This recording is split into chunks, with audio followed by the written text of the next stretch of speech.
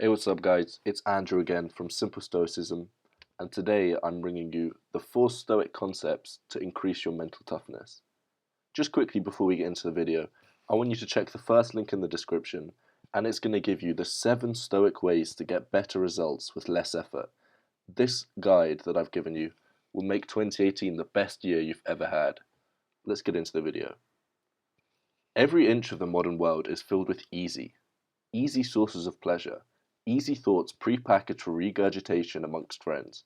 Easy books for you to easily read. Easy entertainment. Easy identities to slap onto the back of your car. It's all one big airport terminal, complete with snacks, silly magazines, and endless warning announcements. As soon as things stop being easy, there is a clear split between the great people and the rest. In today's world, there is such little mental toughness that this is a 1% to 99% split. Fortunately for us, Stoicism gives us the tools needed to cultivate the persistence to push through even the toughest of times. Unfortunately for us, there is no shortcut.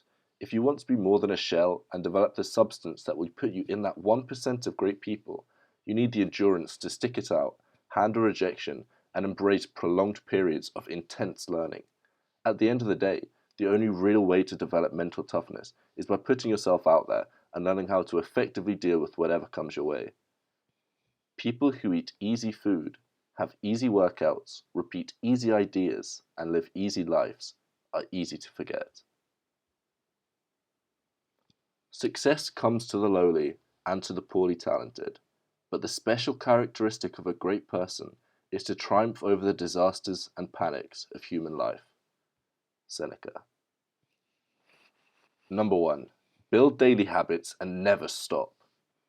You must build up your life action by action, and be content if each one achieves its goal as far as possible, and no one can keep you from this. But there will be some external obstacle, perhaps, but no obstacle to acting with justice, self-control, and wisdom. But what if some other area of my action is thwarted? Well, gladly accept the obstacle for what it is, and shift your attention to what is given, and another action will immediately take its place, one that better fits the life you are building. Marcus Aurelius. Every single day you must put in the work as if it was the last day you will ever have. By simply repeating this day in and day out, your mental endurance will skyrocket. Focus will come easily to you and you will finally reach your potential. This process is not easy, but there is a positive because of this. The harder it is for you to do a task, the more mental resilience you will build up when you finally do it. It is one thing to get lucky and achieve overnight success. It is another to truly earn your success, action by action, day by day. In this way you must understand how laughable it is to say, "Tell me what to do." What advice could I possibly give? No, a far better request is, train my mind to adapt to any circumstance. In this way, if circumstances take you off script, you won't be desperate for a new prompting. Epictetus. Google has reduced the amount of resourcefulness we need every single day. The answer we are not sure about is just a few taps away. On top of this, the modern education structure with its strict structure almost abolishes resourcefulness from us at a young age. We barely have to think outside of the box to find a solution or adapt to new unique situations. Life is about creating your own momentum despite setbacks. Often the act of overcoming an obstacle is more beneficial to us than the result of overcoming the obstacle. Think of each day as an opportunity to innovate, make things happen, and regardless of your environment or circumstances. Number 3. You must realize that you are not a victim. If you consider yourself a victim, you are not going to have a good life. If, however, you refuse to think of yourself as a victim, if you refuse to let your inner self be conquered by your external circumstances, you are likely to have a good life. William Irvine. You must always assume responsibility. By thinking, "Why me?" mental toughness is shattered. Although you are not always at fault, your life is dependent on you recognizing what is within your control and taking immense action to get those things to align with your goals. You must frame things as if looking through a lens on life, to make you look at the things you can control instead of pitying yourself. We are all victims of blaming someone else when things go wrong.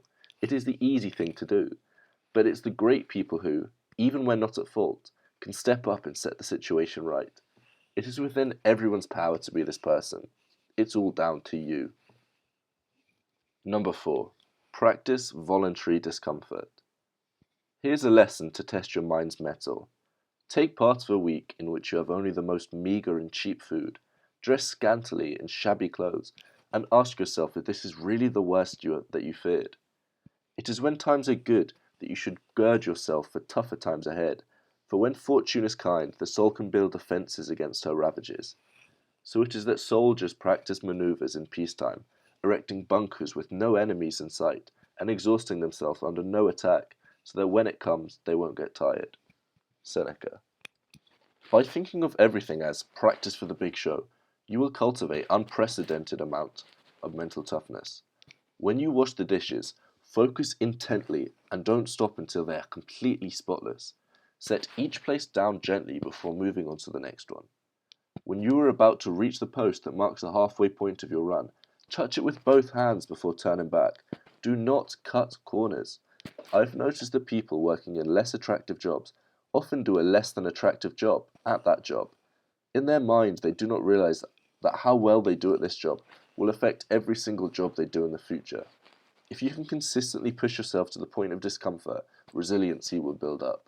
A physical example of this is going to the gym. Number 5. Spend time alone. Nothing, to my way of thinking, is better proof of a well-ordered mind than a man's ability to just stop where he is and pass some time in his own company. Seneca. Without realizing it, we are often living the life our parents, society, or friends want us to live. If you learn to be content with being alone, you will have introspection time to determine what matters most to you. You will find yourself more focused, and you will stop bouncing from one distraction to another. You must establish a quiet place in your mind where you can step back into and focus on the task at hand, the task that will get you one step closer to where you need to be. The more you do this, the more stable you will become, and mental stability is a core component of mental toughness. People who eat easy food, have easy workouts, repeat easy ideas, live easy lives, are easy to forget. Congratulations for making it all the way through the video. If you enjoyed it, give it a thumbs up, and if you want to see more videos just like this one, press the subscribe button. As I mentioned earlier, if you want to get the 7 stoic ways to get better results in pretty much anything you do with less effort, then go to simplestoicism.com/better for less, or click the first link in the description.